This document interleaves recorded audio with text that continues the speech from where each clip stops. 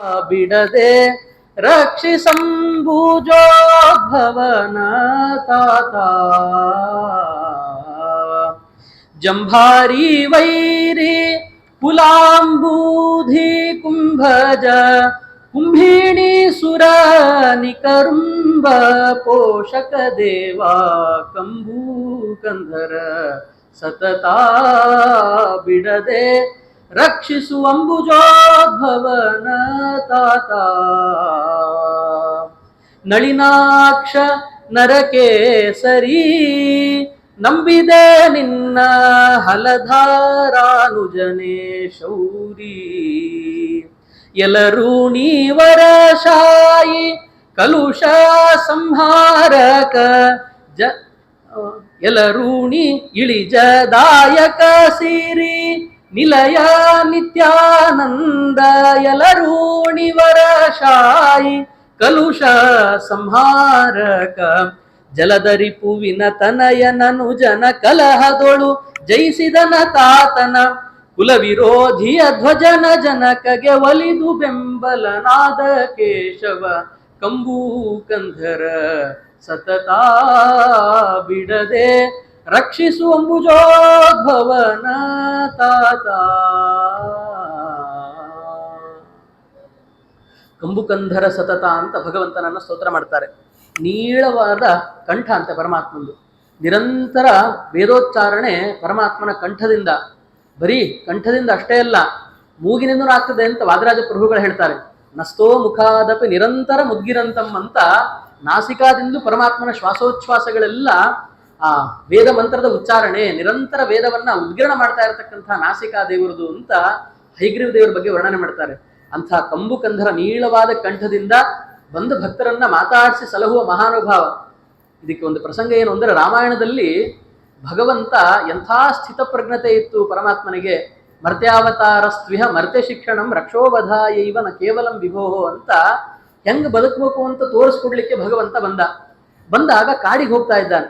ಸ್ವಾಮಿ ಕಾಡಿಗೆ ಹೋಗೋ ಕಾಲಕ್ಕೆ ಸಾಮಾನ್ಯವಾಗಿ ನಿಂತು ನಿಲುವಲ್ಲಿ ಮನೆ ಬಿಟ್ಟು ಹೋಗುವಂತ ಬೆಳಿಗ್ಗೆ ಬಂದವನಿಗೆ ಹೇಳಿದ ಕೂಡಲೇ ರೇಗಾಡ್ಲಿಕ್ಕೆ, ಜಗಳಾಡ್ಲಿಕ್ಕೆ, ಹೊಡಿಲಿಕ್ಕೆ ಬಂದ್ಬಿಡ್ತಾರೆ. ಆದ್ರೆ ರಾಮದೇವ್ರು ಅಷ್ಟೇ, ಅಪ್ಪ ನೀನ್ ಮಾತು ಕೊಟ್ಟಿದ್ಯಲ್ಲ ಚಿಕ್ಕಮ್ಮನಿಗೆ, ಹೋಗಿ ಬರ್ತೇನೆ ಅಂತ ವನಕ್ಕೆ ಹೊರಟ್ರೆ ನನ್ನದು ಒಂದು ಸ್ವಲ್ಪ ಇದ್ದಿದ್ದನ್ನ ದಾನ ಮಾಡ್ತೇನೆ ಅಂತ ರಾಮದೇವರು ಒಂದಿಷ್ಟು ದಾನಾದಿಗಳನ್ನು ಮಾಡಿ ಹೋಗ್ತಾರೆ. ಅಲ್ಲಿ ಒಬ್ಬ ವೃದ್ಧ ಬರ್ತಾನೆ, ತ್ರಿಜಟ ಅಂತ ಒಬ್ಬ ಬ್ರಾಹ್ಮಣ. ಅವನು ಬಂದು ನಿಂಗೆ ಏನು ಬೇಕು? ಅಲ್ಲ, ನಾನು ಒಂದಿಷ್ಟು ದೂರ ಒಂದು ಕೋಲ್ ಎಸಿತೀನಿ, ಎಷ್ಟು ದೂರ ಹೋಗಿ ಬೀಳ್ತದೋ ಅಷ್ಟು ಜಾಗ ನಿನಗೆ ಅಂತ ನೀನು ಎಸಿ ಅದನ್ನ ಅಂತ ರಾಮದೇವರು ಹೇಳಿದ್ರೆ ಸರಿ ಅಂತ ಆತ ಉಸುರು ಹಾಕಿ ಸತು ಹಾಕಿ ಜೋರು ಬೀಸ್ತಾನಂತ. ದೂರ ಹೋಗಿ ಬಿದ್ದ ಕೂಡಲೇ ಸ್ವಾಮಿ ಅಲ್ಲಿ ಬಿದ್ದಿದೆ ನಮ್ದು ಅಂತ ಕಟ್ಟಿಗೆ ತಗೊಂಡು ಬಂದು ತೋರಿಸಿದ್ರೆ ಆಗ್ಲಿ ನಿನಗೆ ಆ ಜಾಗ ಕೊಡ್ತೀನಿ ಅಂತ ದೇವರಂದ. ಹೇಳಿ ಎಂಥ ಮಾತಾಡ್ತಾನೆ ಅಂತಂದ್ರೆ, ಮನ್ನುರ್ ನಕಲು ಕರ್ತವ್ಯ ಪರಿಹಾಸೋಹ್ಯಯಮ್ಮಮ್ಮ. ನೀವು ದಯವಿಟ್ಟು ಸಿಟ್ಟು ಮಾಡ್ಕೊಳ್ಬೇಡ್ರಿ ಬ್ರಾಹ್ಮಣರೇ, ನಾನು ಹಾಸ್ಯ ಮಾಡಿದೆ ಅಷ್ಟೇ ಅಂತ. ಕಾಡಿ ಹೋಗುವ ಸಮಯದಲ್ಲೂ ಹಾಸ್ಯ ಮಾಡ್ತಾರೆ ಅಂತಂದ್ರೆ ಸ್ಥಿತಪ್ರಜ್ಞತೆ ಹೀಗಿರ್ಬೇಕು ಭಗವಂತಂದು. ಆ ಸಮಯದಲ್ಲೂ ಸಮಚಿತ್ತತೆ ಕೆಡಲೇ ಇಲ್ಲ. ಅದಕ್ಕೆ ಗೀತೆಯಲ್ಲಿ ಅದೇ ಸ್ವಾಮಿ ಕೃಷ್ಣನಾಗಿ ಬಂದಾಗ ಹೇಳುದು, ಸಮ ದುಃಖ ಸುಖಂ ಧೀರಂ ಸಹ ಅಮೃತತ್ವಾಯ ಕಲ್ಪತೆ.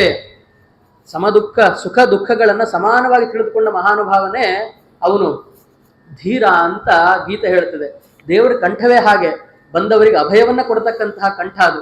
ದೇವರ ಒಂದೊಂದು ಅವಯವದ ಬಗ್ಗೆನೂ ಹೇಳ್ತಾ ಹೋಗ್ತಾರೆ ಶ್ರೀಮದ್ ಭಾಗವತದೊಳಗೆ.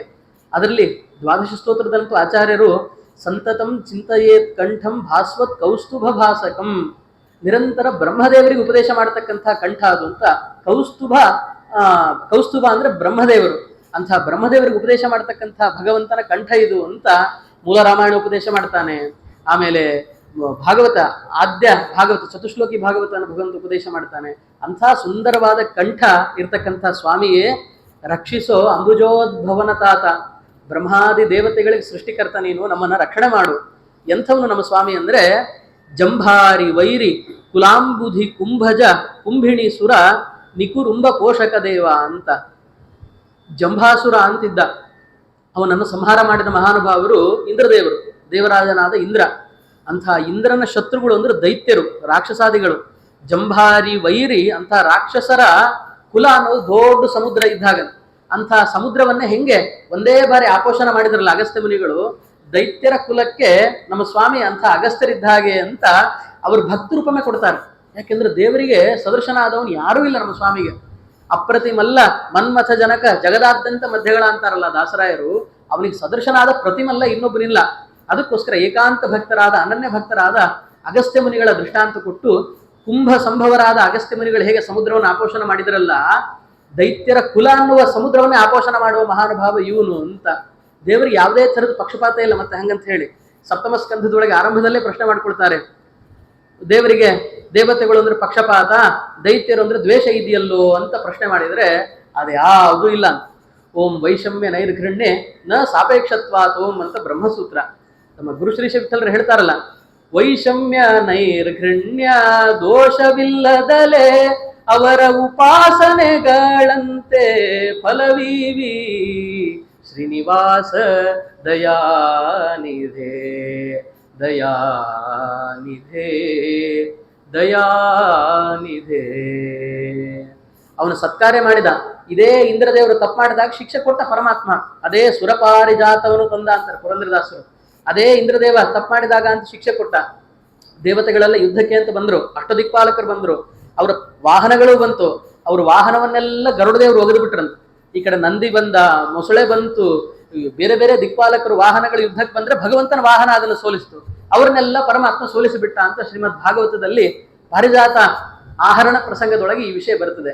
ಹಾಗೆ ಜಂಭಾರಿ ವೈರಿ ಅವರ ಸ್ವರೂಪಕ್ಕೆ ತಕ್ಕ ಹಾಗೆ ಪರಮಾತ್ಮ ಅನುಗ್ರಹ ಮಾಡ್ತಾನೆ. ದುಷ್ಟರ ಕುಲ ಅಂತಕ್ಕಂತಹ ಸಮುದ್ರವನ್ನು ಆಪೋಷಣ ಮಾಡತಕ್ಕಂತಹ ಮಹಾಮುನಿ ನಮ್ಮ ಸ್ವಾಮಿ. ಕುಂಭಿಣಿ ಸುರ ನಿಕರುಂಬ ಪೋಷಕ ದೇವ. ಕುಂಭಿಣಿ ಸುರರು ಅಂತಂದ್ರೆ ಬ್ರಹ್ಮಜ್ಞಾನಿಗಳು. ಅಂತಹ ಬ್ರಹ್ಮಜ್ಞಾನಿಗಳಿಗೆ ಏನೇ ತೊಂದರೆ ಅಂತ ಬಂದಾಗ ಮೊರೆ ಹೋಗುವುದೇ ನಮ್ಮ ಸ್ವಾಮಿಯನ್ನ. ಸ್ವಾಮಿ ಇಂಥ ತ್ರಾಸಾಗಿದೆ, ಈ ಹಿರಣ್ಯಕಶಿಪುವಿನ ಕಥೆಯಲ್ಲೆಲ್ಲ ಕೇಳ್ತೀವಲ್ಲ, ಹೋಗಿ ಹೀಗೀಗೆ ಮಾಡ್ತಾ ಇದ್ದಾನೆ. ಅದಕ್ಕೆ ಭಗವಂತ ಕೊನೆಯಲ್ಲಿ ಹೇಳೋದು ಅಂತಂದ್ರೆ, ಅವನ ಪುತ್ರನಲ್ಲಿ ಯಾವಾಗ ದ್ವೇಷ ಮಾಡ್ತಾನಲ್ಲ ಆವಾಗ ನಾನು ಬರ್ತೀನಿ, ಈಗಾಗಲೇ ಪಾಪದ ಕೂಡ ತುಂಬಲಿಕ್ಕೆ ಬಂದಿದೆ ಅಂತ ದೇವರು ಹೇಳಿ ಅವರನ್ನ ರಕ್ಷಣೆ ಮಾಡಿದ ಅಂತ. ಇದು ಬರೀ ಭಗವಂತಂದು ಅಷ್ಟೇ ಅಲ್ಲ, ರಾಜರು ಅಂತ ಯಾರಿರ್ತಾರಲ್ಲ ಪ್ರಜಾಪೋಷಕರು, ಅವ್ರದ್ದು ಕರ್ತವ್ಯ ಇದು. ಯಜ್ಞ ಯಾಗಾದಿಗಳನ್ನ ಮಾಡ್ತಕ್ಕಂಥವ್ರಿಗೆ ಏನಾದ್ರೂ ತೊಂದರೆ ಆಯ್ತು ಅಂದ್ರೆ ಅದಕ್ಕೆ ಸಹಕಾರ ಕೊಡಬೇಕು. ಹಿಂದೆ ಒಂದು ಶ್ಲೋಕ ನೆನಪಾಗ್ತದೆ. ಈ ನಮ್ಮ ನಿಜಾಮರಿ ಕಾಲದೊಳಗಿದ್ದಾಗ ಒಂದು ಅಗ್ರಹಾರ ಅಂತ. ಇಂತಹ ಅಗ್ರಹಾರದಲ್ಲಿ ಬಂದವರಿಗೆಲ್ಲ ಆ ನಿಜಾಮನ ಸೈನಿಕರು ಬರಬೇಕು, ಅವರೆಲ್ಲ ಆ ಫೌಜಿ ಅಂತ ಕರೆಯೋರು, ಅವ್ರು ಬರಬೇಕು, ಹಿಂಸೆ ಮಾಡಬೇಕು, ಹೋಗಬೇಕು. ಇವ್ರಿಗೆ ಹೊಡೆಯೋದು, ಬಡಿಯೋದು, ಸಂಪತ್ತನ್ನು ಕಿತ್ಕೊಂಡು ಹೋಗೋದು. ಏನಾದ್ರೂ ಹೈರಾಣ ಆಯ್ತು, ತ್ರಾಸ ಆಯ್ತು, ಅನಾರೋಗ್ಯ ಆಯ್ತು ಅಂತಂದ್ರೆ ಅದಕ್ಕೇನು ಚಿಕಿತ್ಸೆಗಳೇ ಇಲ್ಲ. ಅದಕ್ಕೊಬ್ಬ ಕವಿ ಹೋದ್ನಂತೆ, ನಿಜಾಮನ ಭೇಟಿಯಾಗಿ ವಿನಂತಿ ಮಾಡ್ಕೊಳ್ಳೋಣ ಅಂತ ಹೋಗಿ ಅಲ್ಲಿ ಹೇಳಬೇಕು ಅಂತ ಹೋದ್ರೆ ಒಳಗೆ ಬಿಡ್ಲೇ ಇಲ್ಲ. ಕಾಂಚನಂ ಕಾರ್ಯಸಿದ್ಧಿ ಅಂತ ಮೊದಲೇ ಬಡುವ ದರಿದ್ರನಾದ ಕವಿ ಅವನು. ಒಳಗೆ ಬಿಡದೇ ಇದ್ದಾಗ ಬೇಸರ ಆಯ್ತಂತೆ, ಅಷ್ಟು ದೂರದಿಂದ ನಡ್ಕೊಂಡು ಬಂದಿದ್ದೀನಿ, ಇನ್ನು ಒಳಗೆ ಬಿಡ್ತಾ ಇಲ್ವಲ್ಲ ಅಂತ ಮತ್ತೆ ಮರಳಿ ಊರಿಗೆ ಬಂದ ನೋವು ಮಾಡಿಕೊಂಡು. ಊರಿಗೆ ಬಂದಾಗ ಒಂದೇ ಒಂದು ಶ್ಲೋಕ ಬರೆದು ಕಳಿಸ್ತಾನೆ. ಪುಣ್ಯಕ್ಕೆ ಆ ನಿಜಾಮನಿಗೆ ಸಂಸ್ಕೃತ ಸ್ವಲ್ಪ ಗೊತ್ತಿತ್ತು ಅಂತ ಅನಿಸ್ತದೆ, ಅಥವಾ ಅವನ ಮಂತ್ರಿಗಳದ್ರ ಅರ್ಥ ಹೇಳಿದ್ರೋ ಏನೋ ಗೊತ್ತಿಲ್ಲ. ಮಂತ್ರಿಗಳು ಹಿಂದೂ ಆಗಿದ್ರು. ಆ ನಿಜಾಮ ಆ ಶ್ಲೋಕವನ್ನು ಓದ್ತಾನೆ. ಆ ಶ್ಲೋಕ ಹೇಗೆ ಅಂದ್ರೆ ಪ್ರಹೇಳಿಕ ಅಂತ ಕರೀತಾರೆ. ಸಂಸ್ಕೃತ ಹಿಂದಿ ಭಾಷೆಯನ್ನ ಅವರ ಪ್ರಾಂತೀಯ ಭಾಷೆಯನ್ನ ಮಿಶ್ರ ಮಾಡಿದ ಶ್ಲೋಕ ಅದು.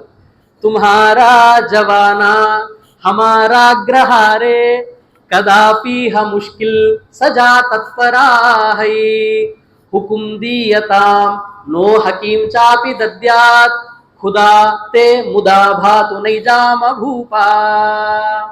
ಆ ಕವಿ ಹೇಳೋದೇನು ಅಂದ್ರೆ, ತುಮ್ಹಾರ ಜವಾನ ಹಮಾರ ಅಗ್ರಹಾರೆ, ನಮ್ಮ ಅಗ್ರಹಾರದೊಳಗೆ ನಿಮ್ಮ ಸೈನಿಕರೆಲ್ಲ ಬಂದು ಒಂದಲ್ಲ ಒಂದು ಕಿರಿಕಿರಿ ಮಾಡ್ತಾನೆ ಇರ್ತಾರೆ. ಕದಾಪಿಹ ಮುಷ್ಕಿಲ್ ಸಜಾ ತತ್ಪರಾಹಿ, ಬರೀ ಶಿಕ್ಷೆ ಕೊಡ್ತಾರೆ. ನಮಗೂ ಅದ್ರ ಜೊತೆಗೆ ಅನಾರೋಗ್ಯ ಕಾಡ್ತಾ ಇದೆ, ಸರಿಯಾದ ವೈದ್ಯರಿಲ್ಲ.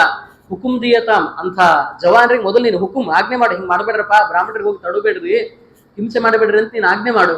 ಅದ್ರ ಜೊತೆಗೆ ಹಕೀಂ ಚಾಪಿದ ಜಾತ್, ಒಳ್ಳೆ ವೈದ್ಯನನ್ನು ನಮಗೆ ಕೊಡು ಅಂತ ಕೇಳ್ತಾನೆ ಆ ಕವಿ. ಆವಾಗ ಖುದಾ ತೇ ಮುದಾಭಾತು, ನೀನು ನಂಬತಕ್ಕಂತಹ ಖುದಾ ಅಂತ ಯಾರಿದ್ದಾನಲ್ಲ ಭಗವಂತ, ಅವನು ನಿನ್ನ ವಿಷಯದಲ್ಲಿ ಸಂತೋಷಗೊಳ್ತಾನೆ, ನೈಜಾಮ ಭೂಪ ಅಂತ ಒಂದೇ ಶ್ಲೋಕ ಬರೆದು ಕಳಿಸಿದ್ರೆ ರಾಜ ಓಡಿ ಬಂದಂತ ಅಗ್ರಹಾರಕ್ಕೆ. ಇಂಥ ಕವಿಗಳಿದ್ದಾರಿಲ್ಲಿ, ಇಂಥ ಕವಿಗಳನ್ನು ಸಲಹದೆ ಹೋದ್ನಲ್ಲ ಅಂತ ಇನ್ನೊಂದು ಶ್ಲೋಕ ಪ್ರಾಸಂಗಿಕವಾಗಿ ನೆನಪಾಗ್ತದೆ, ಅದನ್ನು ಹೇಳ್ಬಿಡ್ತೀನಿ. ಅರ್ಧಂ ದಾನವ ವೈರಿಣ ಗಿರಿಜಯಾಪ್ಯರ್ಧಂ ಹರಸ್ಯಾಹೃತಂ ದೇವೇತ್ತಂ ಜಗತಿ ತಲೆ ಸ್ಮರಹರಾ ಭಾವೇ ಸಂಮೀಲತಿ ಗಂಗಾ ಸಾಗರಮಂಬರಂ ಶಶಿಕಲಾ ನಾಗಾಧಿಪಕ್ಷ್ಮಾತಲಂ ಸರ್ವಜ್ಞತ್ವಮಧೀಶ್ವರತ್ವಮಗಮತ್ ತ್ವಾಂ ಮಾಂ ಚ ಭಿಕ್ಷಾಟನಂ ಅಂತ ಒಬ್ಬ ಕವಿ. ಅರ್ಧಂ ದಾನವ ವೈರಿಣ ಗಿರಿಜಯಾಪ್ಯರ್ಧಂ ಹರಸ್ಯಾಹೃತಂ, ರುದ್ರದೇವರಿಗೆ ಅರ್ಧನಾರೀಶ್ವರ ಅಂತ ಹೆಸರು. ಅರ್ಧಂ ದಾನವ ವೈರಿಣ, ಸರ್ವೋತ್ತಮನಾದ ಭಗವಂತ ಅರ್ಧ ರೂಪ ತಗೊಂಡ ರುದ್ರದೇವರು. ಉಳಿದ ಅರ್ಧ ರೂಪವನ್ನು ಪಾರ್ವತಿ ದೇವರು ತಗೊಂಡ್ಬಿಟ್ರು. ಯಾಕಂದ್ರೆ ಅರ್ಧನಾರೀಶ್ವ ಅಂತ ಕರೆಯೋದು. ಈ ಕಡೆ ಹರಿಹರನೂ ಹೌದು, ಅರ್ಧನಾರೀಶ್ವರನೂ ಹೌದು ರುದ್ರದೇವ. ಹಾಗಾಗಿ ಗಿರಿಜಯಾಪ್ಯರ್ಧಂ ಹರಸ್ಯಾಹೃತಂ. ಹೀಗೆ ಹೇಳಿದಾಗ ರುದ್ರದೇವರು ಎಲ್ಲಿದ್ದಾರೆ ಅಂತ ತೋರಿಸಲಿಕ್ಕಿಲ್ಲ. ಅರ್ಧ ಭಗವಂತನೊಳಗಿದೆ, ಅರ್ಧ ಪಾರ್ವತಿ ದೇವಿಯರಲ್ಲಿದೆ. ದೇವೇತ್ತಂ ಜಗತೀತಲೇ ಸ್ಮರಹರಾಭಾವೆ. ಮನ್ಮಥನ ಸಂಹಾರಕನಾದ ರುದ್ರದೇವ ಎಲ್ಲಿದ್ದಾನೆ ಅಂತ ಯಾರಾದ್ರೂ ಹುಡುಕಿದಾಗ ಕಾಣದೇ ಇದ್ದಾಗ ಆವಾಗ ಏನ್ ಮಾಹಿತಿ, ರುದ್ರದೇವರು ಕಾಣಿಸ್ತಾ ಇಲ್ಲ, ಆಶ್ರಯಕ್ಕೆ ಅವರಿಲ್ಲ ಅಂತಂದ್ರೆ ಗಂಗೆ ಸಾಗರಕ್ಕೆ ಹರಿದು ಹೋದ್ಲಂತ. ಗಂಗೆ ಸೇರೋದು ಸಾಗರ. ಗಂಗಾ ಸಾಗರಂ ಅಂಬರಂ ಶಶಿಕಲಾ.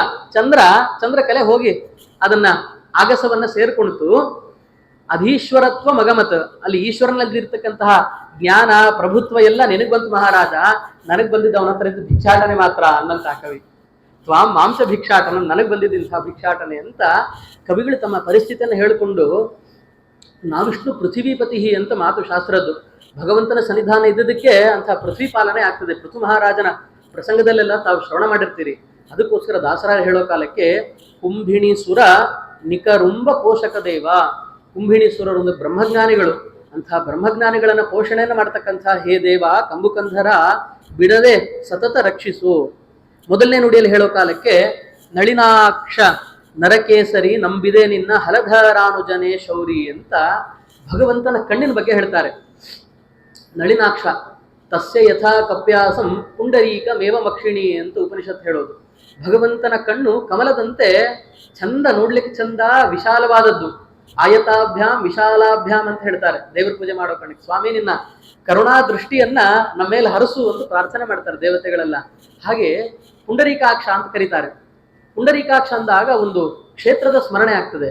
ಈ ಶ್ರೀರಂಗದ ಹತ್ರ ಒಂದು ತಿರುವೆಳ್ಳರೈ ಅಂತ ಕ್ಷೇತ್ರ, ಭಗವಂತನ ಸನ್ನಿಧಾನ ಅಭಿವ್ಯಕ್ತವಾದ ಕ್ಷೇತ್ರ ಅದು. ಅಲ್ಲಿ ಹೇಗೆ ಭಗವಂತ ಬಂದ ಅಂತಂದ್ರೆ, ಒಮ್ಮೆ ಶಿಬಿ ಚಕ್ರವರ್ತಿ ಅವನು ಅಯೋಧ್ಯೆ ಮಹಾರಾಜ, ಸೂರ್ಯವಂಶದ ರಾಜ.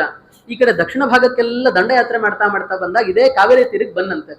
ಕಾವೇರಿ ತೀರಕ್ಕೆ ಬಂದಾಗ ಇಲ್ಲೆಲ್ಲ ಬೀಡು ಬಿಟ್ಟಾಗ ಕಾಡು ಪ್ರಾಣಿಗಳ ಉಪಟಳ ಬಹಳ ಆಯ್ತು. ಬಹಳ ಆದಾಗ ಅದರ ಸಮಸ್ಯೆ ಪರಿಹಾರ ಮಾಡಬೇಕು ಅಂತ ಶಿಬಿ ಚಕ್ರವರ್ತಿ ಬೆನ್ನಟ್ಕೊಂಡು ಸೈನ್ಯ ತಗೊಂಡು ಹೋದ, ಒಂದಿಷ್ಟು ನಿರ್ದಿಷ್ಟ ಸೈನ್ಯ. ಹೋಗ್ತಾ ಇದ್ದಾನೆ ದುಷ್ಟ ಮೃಗಗಳನ್ನ ಕೊಂದಾದ್ಮೇಲೆ ಒಂದು ಕಾಡು ಹಂದಿ, ಆ ಹಂದಿಯನ್ನ ಬೆನ್ನಟ್ಕೊಂಡು ಹೋಗ್ತಾನೆ. ಸೂಕರ, ವನಸೂಕರ ಅಂತಾರೆ. ಅಂತಹ ಕಾಡು ಹಂದಿಯನ್ನ ಬೆನ್ನಟ್ಕೊಂಡು ಹೋದಾಗ ಅದು ಇದ್ದಕ್ಕಿದ್ದ ಹಾಗೆ ಭೂಗರ್ಭದೊಳಗೆ ನುಸುಳಿ ಮಾಯ ಆಗ್ಬಿಡ್ತದೆ. ಅಲ್ಲಿ ಬಂದ ನೋಡಿದ, ಏನಿದು ಕಾಣಿಸ್ತಾನೆ ಇಲ್ವಲ್ಲ, ಇದನ್ನು ಕೊಲ್ಲೋಣ ಅಂತ ಬಂದ್ರೆ ಅಂತಂದ್ರೆ ತಪಸ್ಸು ಮಾಡ್ತಾ ಇದ್ರಂತ ಆ ಜಾಗದಲ್ಲಿ. ಯಾರು ಮಾಡ್ತಾ ಇದ್ದಾರೆ ಈ ಸ್ಥಳದಲ್ಲಿ ಅಂತ ನೋಡಿದ್ರೆ ಮಾರ್ಕಂಡೇಯ ಮುನಿಗಳು ತಪಸ್ಸು ಮಾಡೋರು ಆ ಜಾಗದಲ್ಲಿ. ಮಾರ್ಕಂಡೇಯ ಮುನಿಗಳು ತಪಸ್ಸು ಮಾಡುವ ಸಂದರ್ಭದೊಳಗೆ ಕೇಳಿದಂತೆ, ಮುನಿಗಳೇ ಇಲ್ಲಿ ಏನಾದರೂ ಕಾಡು ಹಂದಿಯನ್ನ ನೀವು ನೋಡಿದ್ರೋ? ಅದಕ್ಕೆ ಅವ್ರು ಹೇಳಿದ್ರು, ಇಲ್ಲೇ ಈ ಹುತ್ತದೊಳಗೆ ಹೋಗಿದೆ ನೋಡಪ್ಪ, ಅದು ಹೊರಗಡೆ ಬರಬೇಕು ಅಂದ್ರೆ ನೀನು ಅದನ್ನ ಕರಗಿಸ್ಬೇಕು, ಹುತ್ತವನ್ನು ಹೊಡಿಬಾರ್ದು, ಹಾಗಾಗಿ ಹಾಲನ್ನ ಸುರಿಸು, ಅದು ಹೊರಗಡೆ ಬರುತ್ತೆ ತಾನಾಗಿ. ಸರಿ ಅಂತ ಹಾಲು ಕೊಡಗಟ್ಲೆ ಹಾಲನ್ನು ತಂದು ಸುರುವಿದ್ರೆ ಒಳಗೆ ನೋಡಿದ್ರೆ ವರಾಹ ಇಲ್ಲ, ಸುಂದರವಾದ ಪ್ರತೀಕ ಭಗವಂತಂದು. ಅದೇ ಪುಂಡರೀಕಾಕ್ಷನ ಪ್ರತಿಮೆ. ಪುಂಡರೀಕಾಕ್ಷನ ಪ್ರತಿಮೆ ಬಹಳ ಹಿಂದಿಂದು, ಶ್ರೀರಂಗ ಕ್ಷೇತ್ರದ ರಂಗನಾಥನಿಗಿಂತಲೂ ಹಿಂದೆ ಬಂದು ಕೂತವನ ಆ ಮಹಾನುಭಾವ. ಅದಕ್ಕೆ ಪುಂಡರೀಕಾಕ್ಷ ದೇವಸ್ಥಾನ ಅಂತ ನಾವು ನೋಡೋದಲ್ಲೇ. ಪುಂಡರೀಕಾಕ್ಷ ರೂಪಿಯಾದ ಭಗವಂತ ಬಂದು ತನ್ನ ಸನ್ನಿಧಾನವನ್ನು ಅಭಿವ್ಯಕ್ತ ಮಾಡಿದಾಗ ಈತ ಕೇಳಿದ, ಏನ್ ಮಾಡ್ಬೇಕು ನಾನು? ದೇವತಾ ಸನ್ನಿಧಾನ ಅಭಿವ್ಯಕ್ತ ಆಗಿದೆ, ಏನಿಲ್ಲ, ದೇವರಿಗೆ ಹೊರಗಡೆ ಬರಬೇಕು ಅಂತಿತ್ತು, ಒಳ್ಳೆ ದೇವಾಲಯ ಕಟ್ಟಬೇಕು ಅಂತಿತ್ತು, ಹಾಗಾಗಿ ನೀನೊಂದು ಒಳ್ಳೆ ದೇವಾಲಯ ಕಟ್ಟಿಸು ಅಂತ ಮುನಿಗಳು ಆಜ್ಞೆ ಮಾಡಿದಾಗ ಸರಿ ಅಂತ ದೇವಸ್ಥಾನ ಎಲ್ಲ ಕಟ್ಟಿಸಿ ವಿದ್ಯುಕ್ತವಾಗಿ ಪ್ರತಿಷ್ಠಾಪನೆ ಮಾಡೋ ಸಂದರ್ಭದೊಳಗೆ 3700 ಚತುರ್ವೇದ ವಿದ್ವಾಂಸರು, ಬರೀ ಒಂದೇ ವೇದ ಅಲ್ಲ 4 ವೇದಗಳನ್ನು ಅಧ್ಯಯನ ಮಾಡಿದ ಜ್ಞಾನಿಗಳನ್ನು ಕರೆಸಿ ಸಮಗ್ರ ವೇದ ಪಾರಾಯಣ ಸಮಾಪ್ತಿ ಆಗಲಿಕ್ಕೆ ಸರಿಯಾಗಿ ಭಗವಂತ ಮುಹೂರ್ತದಲ್ಲಿ ಪ್ರತಿಷ್ಠೆ ಆಗಲಿಕ್ಕೆ ಅಂತ ಕೂಡಿಸಿ ಉತ್ತರ ಭಾರತದ ಎಷ್ಟೋ ಸಮಗ್ರ ಭಾರತದ ಎಲ್ಲೆಡೆಯಿಂದ ವಿದ್ವಾಂಸರುಗಳನ್ನ ಜ್ಞಾನಿಗಳನ್ನ ಕರೆಸಿ ಇಡೀ ವೇದ ಪಾರಾಯಣ ಮಾಡಿಸುವ ಸಂದರ್ಭದೊಳಗೆ ಕೊನೆಯ ದಿವಸ ಪ್ರತಿಷ್ಠೆ ಆಗಬೇಕು. ಆಗೋ ಸಂದರ್ಭದೊಳಗೆ ಆ ರಾಜ ನೋಡ್ತಾನೆ, ಯಾರೊಬ್ಬ ಬ್ರಾಹ್ಮಣ ಸಿಗಲೇ ಇಲ್ಲ. ಬರಬೇಕಾದ್ರೆ 3700 ಮಂದಿ ಇದ್ರು, ಆದ್ರಲ್ಲಿ ಬಂದಾಗ 3699 ಮಂದಿ ಮಾತ್ರ.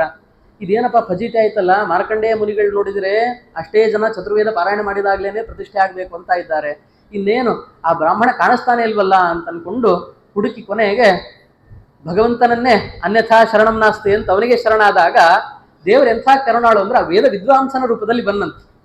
ಭಗವಂತ ವೇದಜ್ಞಾನ ರೂಪದಲ್ಲಿ ಬಂದು ಪೂರ್ಣ ಸಂಖ್ಯೆಯನ್ನು ಪೂರ್ಣೆ ಮಾಡಿದ ಅಂತ ಚತುರ್ವೇದ ಪಾರಾಯಣ ಮಾಡ್ತಾ ಇರುವ ಕಾಲಕ್ಕೆ ಸಮಗ್ರ ವೇದ ಪಾರಾಯಣ ಆಗ್ಲಿಕ್ಕೆ ಆ ಸಂದರ್ಭದಲ್ಲಿ ಪುಂಡರೀಕಾಕ್ಷನ ಪ್ರತೀಕ ಅಲ್ಲಿ ಪ್ರತಿಷ್ಠಿತವಾಯಿತು ಅಂತ. ಆಮೇಲೆ ದೇವರು ತನ್ನ ನಿಜ ರೂಪವನ್ನು ಅಭಿವ್ಯಕ್ತಿ ಮಾಡಿ, ನಾನೇ ಪರೀಕ್ಷೆ ಮಾಡೋಣ ಅಂತ ಹೀಗೆ ಮಾಡಿದೆ, ಶಿಬಿ ಚಕ್ರವರ್ತಿ ನನಗೆ ಬಹಳ ಆನಂದವಾಗಿದೆಯಪ್ಪ ಅಂತ ಪರಮಾತ್ಮ ಅವನಿಗೆ ಅನುಗ್ರಹ ಮಾಡಿದ ಅಂತ. ವಿಶೇಷ ಏನು ಅಂದ್ರೆ ಅಲ್ಲಿ ಲಕ್ಷ್ಮೀ ಸನ್ನಿಧಾನ ಇದೆ. ಪರಮಾತ್ಮ ಅವಳಿಗೆ ವೀರಲಕ್ಷ್ಮಿ ಅಂತ ಹೆಸರು. ಆಕೆ ಹೊಸ್ತಲನ್ನ ದಾಟಿ ಹೊರಗೆ ಬರೋದಿಲ್ವಂತ. ಅದಕ್ಕೆ ದೇವರು ಮೇಲಿಂದ ಇಳಿದು ಬರ್ತಾನೆ. ಅಲ್ಲಿ ಉತ್ತರಾಯಣ ದ್ವಾರ, ದಕ್ಷಿಣಾಯಣ ದ್ವಾರ ಅಂತ ಎರಡು ದ್ವಾರ. ಆ ದ್ವಾರಗಳೊಳಗೆ ಪರಮಾತ್ಮ ಉತ್ತರಾಯಣದಲ್ಲಿ ಆ ದ್ವಾರ, ದಕ್ಷಿಣಾಯಣದಲ್ಲಿ ಈ ದ್ವಾರವನ್ನು ತೆಗೆದಿರ್ತಾರೆ. ದೇವರು ಉತ್ಸವ ಸಂದರ್ಭದಲ್ಲಿ ತಾನೇ ಕೆಳಗಡೆ ಇಳಿದು ಬಂದು ತನ್ನ ಏಕಾಂತ ಭಕ್ತಳಾದ ಲಕ್ಷ್ಮೀದೇವಿಗೆ ಅನುಗ್ರಹ ಮಾಡಬೇಕು ಅಂತ ತಾನೇ ಆಕೆ ಇರುವ ಗರ್ಭಗುಡಿ ಒಳಗೆ ಹೋಗಿ ಲಕ್ಷ್ಮೀದೇವಿ ಜೊತೆಗೆ ಒಂದು ದಿವಸ ಇದ್ದು ಅನುಗ್ರಹ ಮಾಡಿ ಮತ್ತೆ ಮೇಲ್ಭಾಗದಲ್ಲಿ ಸೇರ್ತಾನೆ. ಅಂಥ ವಿಶೇಷ ಅಂದ್ರೆ ಅಲ್ಲಿಯ ಪುಷ್ಕರಣಿ ಸ್ವಸ್ತಿಕಾಕಾರ ಪುಷ್ಕರಣಿ ಅಂತಾರೆ. ಅಂದ್ರೆ ಈ ಕಡೆ ಸ್ನಾನ ಮಾಡೋರಿಗೆ ಆ ಕಡೆ ಸ್ನಾನ ಮಾಡೋರಿಗೆ ಗೊತ್ತಾಗೋದಿಲ್ಲ. ಆ ಪುಷ್ಕರಣಿಯ ಸ್ವಸ್ತಿಕಾಕಾರದಲ್ಲಿದೆ ಅದು. ಅದಕ್ಕೆ ತಿರುವೆಳ್ಳರೈ ಅಂತ ಬಿಳಿಯಾದ ಬೆಟ್ಟ ಅದು ಅಂತ ಪವಿತ್ರವಾದ ಶ್ವೇತ ಪರ್ವತ ಅಂತ ಅದಕ್ಕೆ ಹೆಸರು. ಅಂಥ ನಳಿನಾಕ್ಷ ಅಂದ್ರೆ ಪುಂಡರೀಕಾಕ್ಷನಾದ, ಹೇಗೆ ಪದ್ಮಪತ್ರ ಮಿವಾಂಭಸ ಅಂತಂದ ಹಾಗೆ ಕಮಲಕ್ಕೆ ನೀರಿನ ಲೇಪ ಹೇಗಿಲ್ವೋ ಭಗವಂತನಿಗೆ ಸುಖ ದುಃಖಗಳ ಲೇಪವೇ ಇಲ್ಲ, ಕರ್ಮದ ಲೇಪ ಇಲ್ಲ. ನಮಾಂ ಕರ್ಮಾಣಿ ಲಿಂಪಂತಿ ನಮೇ ಕರ್ಮ ಫಲೇ ಸ್ಪೃಹ ಇತಿಮಾಂ ಯೋಭಿಜಾನಾತಿ ಕರ್ಮಭಿಹಿ ನಸಬದ್ಧತೆ ಅಂತಾನೆ ಸ್ವಾಮಿ ಗೀತೆಯಲ್ಲಿ. ಯಾರಿಗಾದ್ರೂ ನಮಗೆ ನಮ್ಮ ಪರಿಸ್ಥಿತಿ ಹೆಂಗಾಗ್ಯದ ಅಂತಂದ್ರೆ ಗೋಪಾಲದಾಸರಾಯರು ಹೇಳ್ತಾರೆ, ಕೆಸರಿಂದ ಕೆಸರ ತೊಳೆದಂತೆ ಕರ್ಮದ ಪಥವು ಅಸುನಾಥ ಹರಿಯೇ ಪುರೆಯೋ ಸ್ವಾಮಿ ಎನ್ನ ವಿನ್ನಪ ಕೇಳು ಧನ್ವಂತ್ರಿ ದಯ ಮಾಡೋ ಸಣ್ಣವನು ಇವ ಕೇವಲ. ಈ ಕರ್ಮವನ್ನು ತೊಳಿಲಿಕ್ಕೆ ಅಂತ ಹೋದ್ರೆ ಮತ್ತೆ ದಶಾವರಾಣಂ ಅಂತಂದ ಹಾಗೆ 10 ಜನ್ಮಗಳಿಗೆ ಆಗೋಷ್ಟು ಕರ್ಮ ಸಿಗಾಕೊಂಡ್ಬಿಡ್ತೀವಿ ನಾವು. ಅದಕ್ಕೆ ಭಗವಂತನಿಂದ ನೋಡ್ರಿ, ನಿಮಗೆ ಕರ್ಮಪಾಶದಲ್ಲಿ ಸಿಗಾಕೊಳ್ಬಾರದು ಅಂದ್ರೆ ಸುಲಭವಾದ ಒಂದು ಉಪಾಯ ಹೇಳ್ತೀನಿ. ನಮಾಂ ಕರ್ಮಾಣಿ ಲಿಂಪಂತಿ ನಮೇ ಕರ್ಮ ಫಲೇ ಸ್ಪೃಹ. ನನಗೆ ಯಾವುದೇ ಕರ್ಮದ ಲೇಪ ಇಲ್ಲ. ಇಷ್ಟೆಲ್ಲ ಬಂದೆ ಯುದ್ಧದಲ್ಲಿ. ಆಟದಿ ಕುರುಜ ಮಹಾಟವಿ ಸವರಿ ಕಿರೀಟಿಯ ಸಲಹಿದ ಖೇಟ ವಾಹನನೇ ರಥವನೇರಿದ ರಥಿಕ ನ್ಯಾರೇ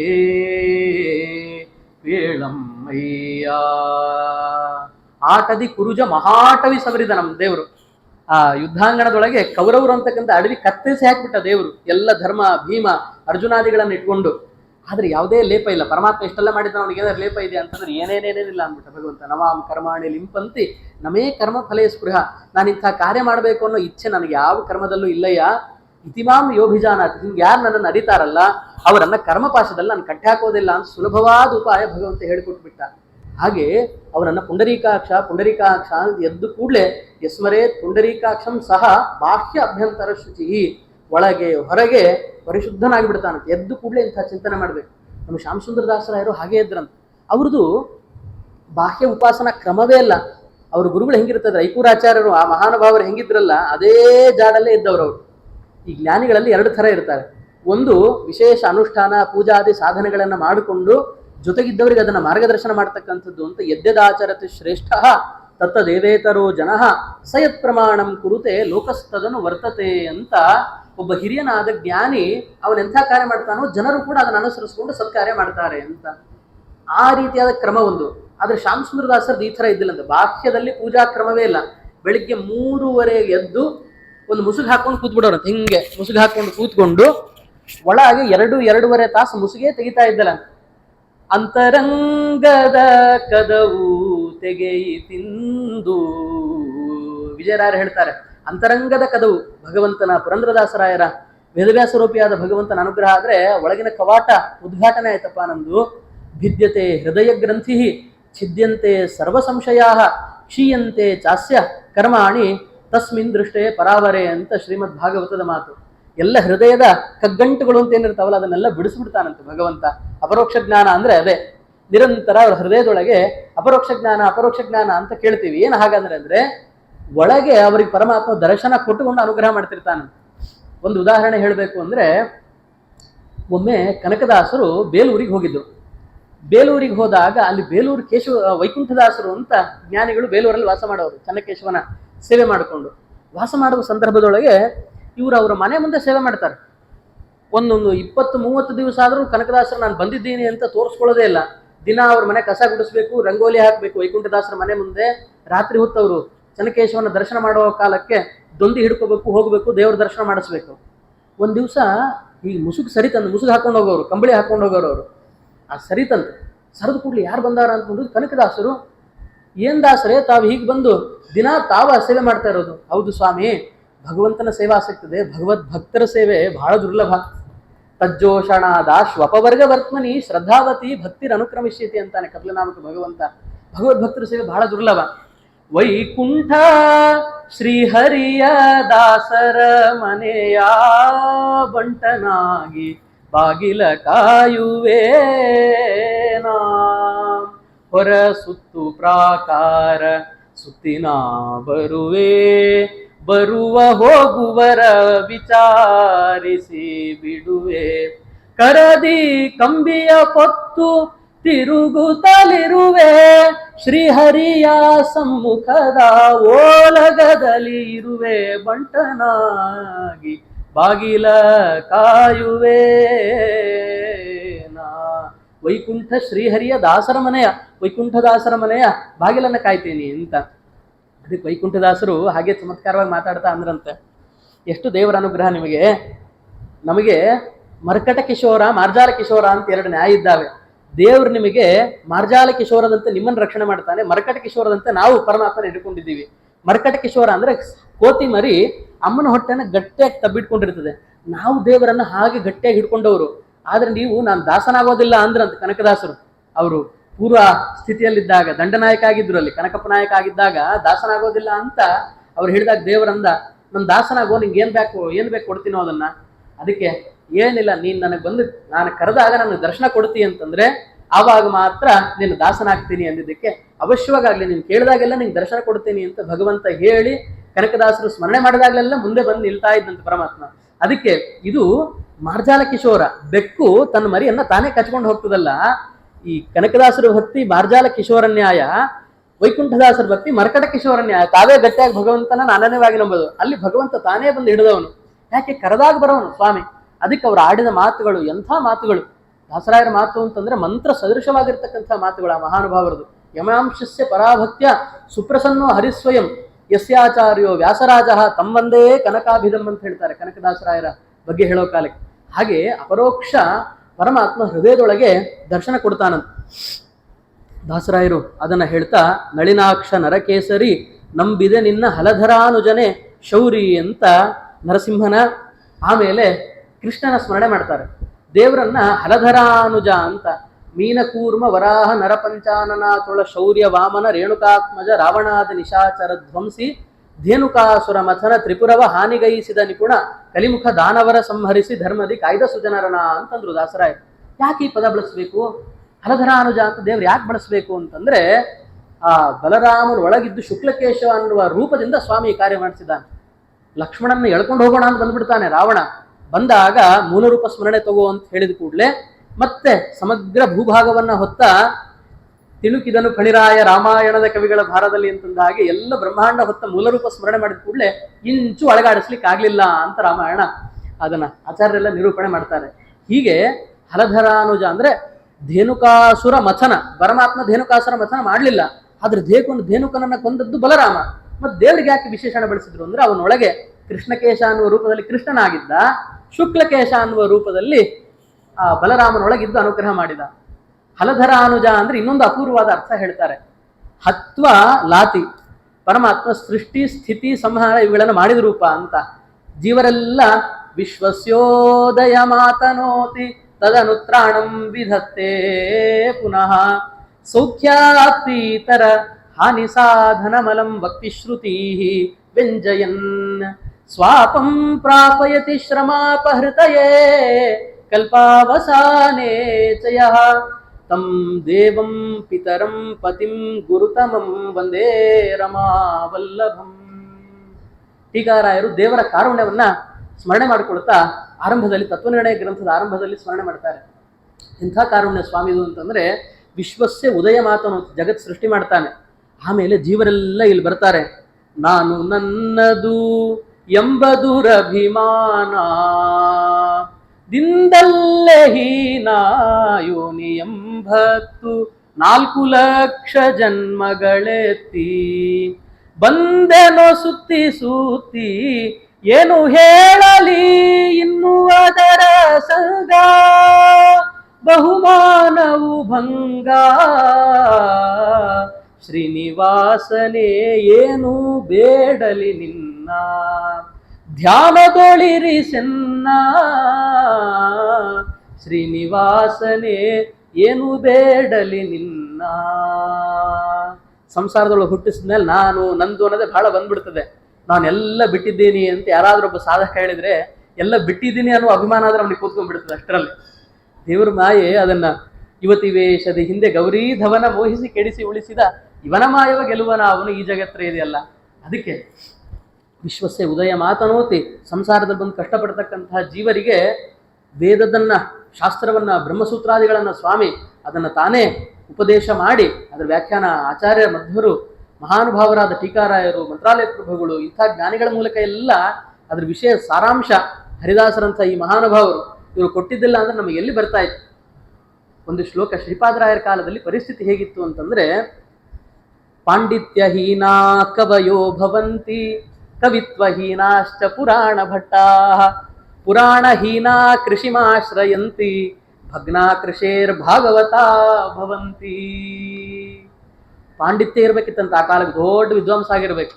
ಪಾಂಡಿತ್ಯ ಇಲ್ವೋ ಕೊನೆ ಪಕ್ಷ ಒಂದಿಷ್ಟು ಕವಿತೆಗಳನ್ನಾದ್ರೂ ಶ್ಲೋಕಗಳನ್ನಾದ್ರೂ ಬರೆಯುವ ಕವಿ ಆದ್ರೂ ಆಗಿರ್ಬೇಕಂತ. ಪಾಂಡಿತ್ಯ ಇಲ್ಲದೆ ಇರೋರು ಕವಿಗಳಾಗ್ತಾರೆ.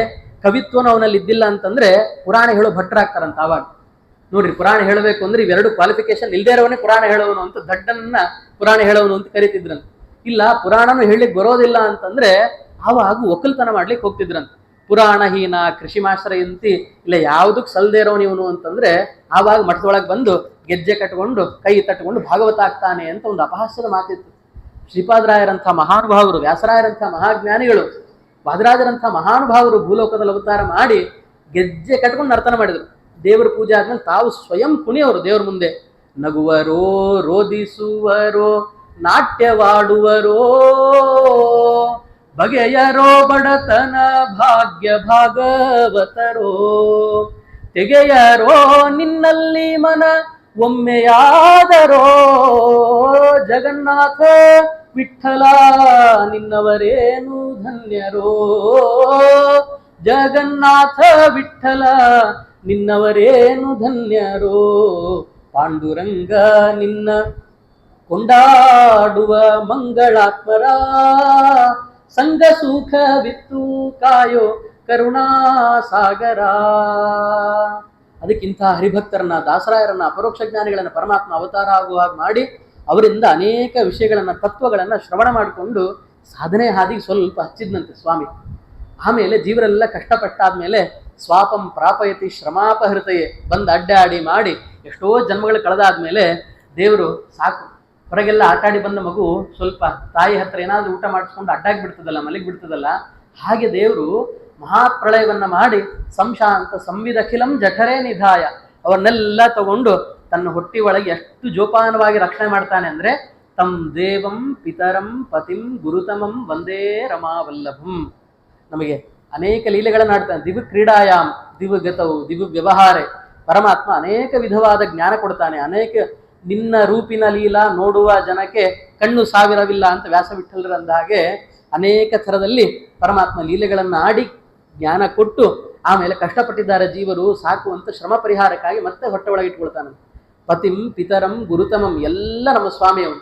ಅದನ್ನು ದಾಸರಾಯರು ಹೇಳಿದ್ರು. ಹಲಧರಾನುಜ ಹತ್ವ ಲಾತಿ, ಆಮೇಲೆ ಧೃತ್ವ ರಮತೆ, ಅವರನ್ನ ಹೊತ್ಕೊಳ್ತಾನೆ, ಸ್ಥಿತಿ ಮಾಡ್ತಾನೆ. ಆಮೇಲೆ ಅವರನ್ನ ಸೃಷ್ಟಿ ಮಾಡೋದು ಹೇಗೆ ಅಂದ್ರೆ ಅನುಸೃತ್ಯ ಜನಯತಿ ಇತಿ ಅನುಜಃ ಅಂತ ಹಲ ಧರ ಅನುಜ ಅನ್ನೋದ್ರಿಂದ ಸೃಷ್ಟಿ ಸ್ಥಿತಿ ಸಂಹಾರಗಳನ್ನ ಮಾಡ್ತಕ್ಕಂಥ ಮಹಾನುಭಾವ ಇವನು ಅಂತ ಇಂಥ ಅರ್ಥಗರ್ಭಿತವಾದ ಪದವನ್ನ ಇಂಥ ಜ್ಞಾನಿಗಳಲ್ಲಿ ಇನ್ಯಾರು ಆಡ್ಲಿಕ್ಕೆ ಸಾಧ್ಯ? ಅಂಥವ್ರ ಮಾತನ್ನ ಶ್ರವಣ ಮಾಡೋ ಪೂಜ್ಯ ಶ್ರೀಪಾದರಂಥವ್ರ ಬಾಯಿಂದ ಇವ್ರ ಭಾವವನ್ನೆಲ್ಲ ನಾವು ಅರಿಬೇಕು. ದಾಸರಾಯರು ಅದಕ್ಕೆ ಹಲಧರಾನುಜ ಶೌರಿ ಇಳಿಜ ದಾಯಕ ಸಿರಿ ನಿಲಯ ನಿತ್ಯಾನಂದ. ಇಳಿ ಅಂದ್ರೆ ಭೂಮಿ, ಇಳೆ, ಭೂಮಿಯಿಂದ ಹುಟ್ಟಿರ್ತಕ್ಕಂಥವನು. ಭೂದೇವಿಯಲ್ಲಿ ಹುಟ್ಟಿದವರು 3 ಮಂದಿ, ನರಕ, ವಾಸ್ತುಪುರುಷ, ಮಂಗಳ. ಭಗವಂತನ ಎಂಥ ವಿಶೇಷಣ ಬಳಸ್ತಾರೆ ಅಂದ್ರೆ ಇಳಿಜದಾಯಕ, ಭೂಮಿಯಿಂದ ಹುಟ್ಟಿದವನು ಮಂಗಳ. ನಮ್ಮ ಭಗವಂತನನ್ನ ಸ್ಮರಣೆ ಮಾಡಿದ್ರೆ ಮಂಗಳದಾಯಕ ಆಗ್ತಾನೆ ಸ್ವಾಮಿ ಅಂತ. ಇಳಿಜ ಮಂಗಳವನ್ನ ದಾಯಕ ಕೊಡ್ತಕ್ಕಂಥ ಮಹಾನುಭಾವ. ತದೇವ ಲಗ್ನಂ ಸುದಿನಂ ತರೇವ ತಾರಾಬಲಂ ಚಂದ್ರ ಬಲಂ ತದೇವ ವಿದ್ಯಾ ಬಲಂ ದೈವ ಬಲಂ ತದೇವ ಲಕ್ಷ್ಮೀಪತೆ ತೇ ಅಂಘ್ರಿಯುಗಂ ಸ್ಮರಾಮಿ ಅಂತ ನಿನ್ನೆರಡು ಪಾದ ಸ್ಮರಣೆ ಮಾಡಿದ್ರೆ ಸಾಕು ಸ್ವಾಮಿ, ಅದೇ ದೊಡ್ಡ ಮಂಗಲೋ ಮಂಗಲಂ ದದ್ಯಾತ್ ಅಂತಂದ ಹಾಗೆ ಮಂಗಳದಾಯಕ ಕಲುಷ ಸಿರಿ ನಿಲಯ ನಿತ್ಯಾನಂದ ಎಲರುಣಿ ವರಶಾಯಿ ಹಾವಿನ ಮೇಲೆ ಮಲಗಿದಾನೆ ಪರಮಾತ್ಮ ಆರಾಮಾಗಿ. ಅದಕ್ಕೆ ದೇವ್ರ ಬಗ್ಗೆ ಹಾಡು ಹೇಳಬೇಕಾದ್ರೆ ಒಂದು ಹಾಡಿದೆ. ಅದು ಹೇಗೆ ಹೇಳ್ತಾರೆ ಅಂದರೆ, ಕ್ಷೀರ ಸಾಗರ ಶಯನ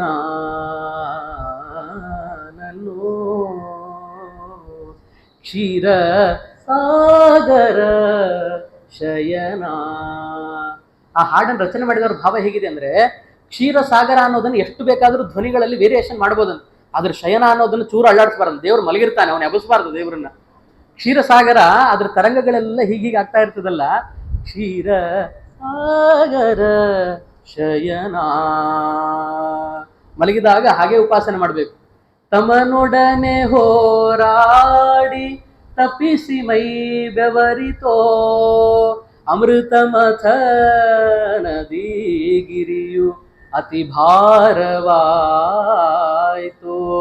ರಮಣೀಯನು ತರುವಾಗ ರಣರಂಗ ಬಹಳಾಯ್ತೋ, ಅಮರ ರಿಪುವನು ಸೀಳೆ ಕರಸೋತಿತೋ, ಏಕೆ ಮಲಗಿಗೆ ಹರಿಯೇ ಏನು ಆಯಾಸ ಆಯಾಸ.